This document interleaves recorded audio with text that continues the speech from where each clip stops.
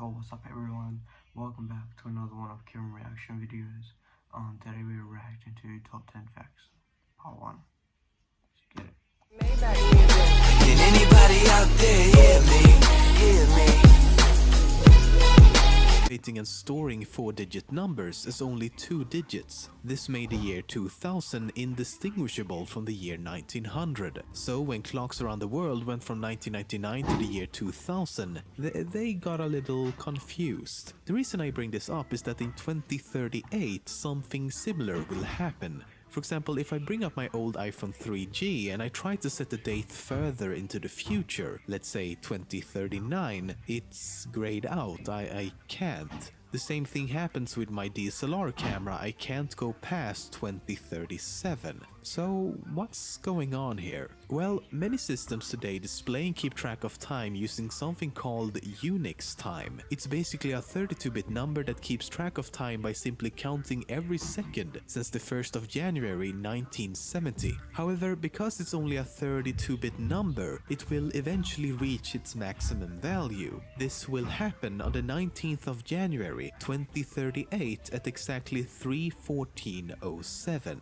The system will then no longer be able to differentiate between 2038 and 1901. The way to solve this issue is by upgrading to a 64-bit system instead. A 64-bit number will be able to count seconds until the 4th of December in the year 292,277,026,596. If our current understanding of the universe is correct, the universe will most likely have ceased to exist by then. I love how instead of actually solving the problem, we just found a way to delay it long enough so we don't actually have to solve it. Video games these days are getting larger and larger and larger and larger. Not just the in-game world size, but the actual amount of space it takes up on your hard drive. The PC version of GTA 5, for example, is currently at a staggering 60 gigabytes. The physical copy comes on 7 discs, which makes this game all the more fascinating. The game is called .K Krieger. I'm not entirely sure how you pronounce that, but it's only 96 kilobytes. The game achieved this incredibly small size by extensive use of something called procedural generation and a unique method of box modeling. In a very basic terms, the game is essentially created from scratch upon launch, which results in some pretty extensive loading times. But despite its tiny size, the graphics are somehow pretty decent actually.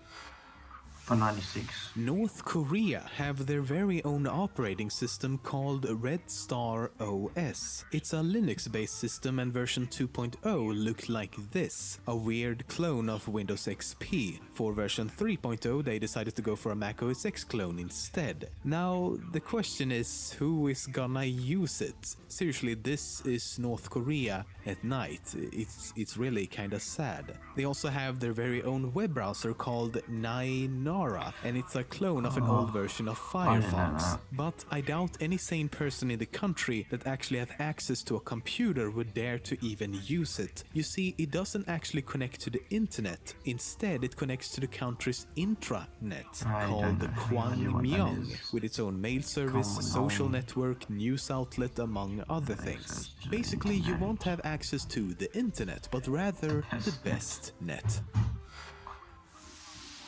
12 plus 1 equals 11 plus 2. 12 plus 1 is an anagram of 11 plus 2. And of course, both 12 plus 1 and 11 plus 2 equals 13. Just like the two phrases 12 plus 1 and 11 plus 2 have 13 characters each. Fucking Austria. No, it's not me having anything against Austria. There's actually a small village called Fucking in Austria. Even though the village is tiny with a population of only 100, it's become quite famous for its fucking name. In fact, the only 2 crimes reported is people stealing the fucking road signs and actually fucking in front of the fucking signs. One version of the sign features the phrase bitte nicht so schnell, which means please which means please not so fast. It's like that or something. In 1898, the novel The Wreck of Titan was released. The story features the biggest ship ever built named Titan, which happens to sink after hitting an iceberg. It sounds familiar, doesn't it? But the novel was written 14 years before the Titanic would sink in 1912, before it was even conceptualized. And the similarities are pretty uncanny. They both sank in April after hitting an iceberg on starboard side in the North Atlantic Ocean. There were not enough lifeboats for all the passengers, they had similar size and top speed, and both had a maximum crew and passenger capacity of 3,000. Dated in Titanic.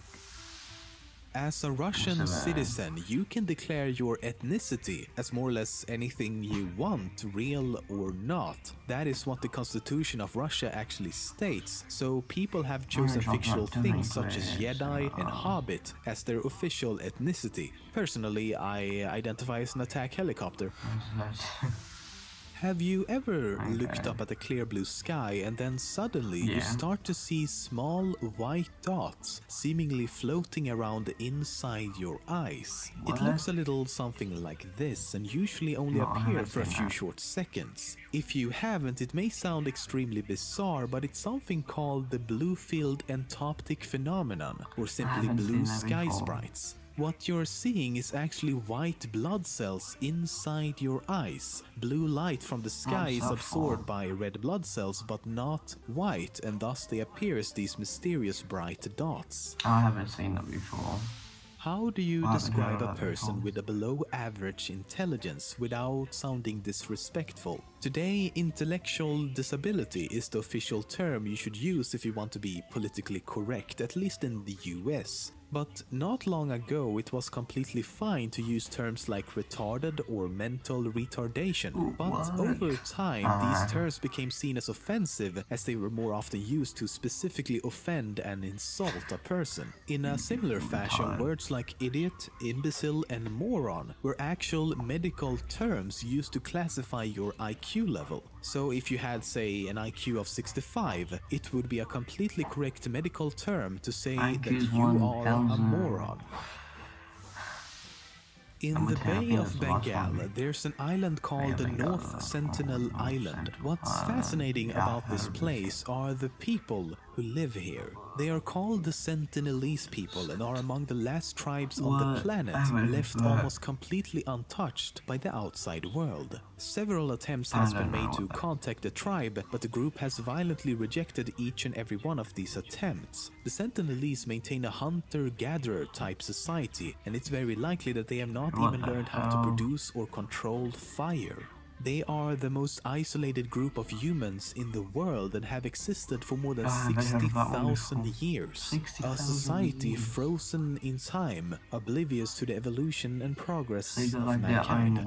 Completely unaware that we can fly, that we have computers, ice cream, smartphones, pigs that look like sheep, Morgan Freeman, porn. Oh god, so much porn. Japan, Yoda, Waluigi, and the dankest collection of dank memes the universe has ever seen. They don't know that there are billions of us, that we come in different colors, shapes, and sizes, that there's been thousands of wars spanning the entire planet, that there's a fucking planet. They have no idea that that gigantic white sky.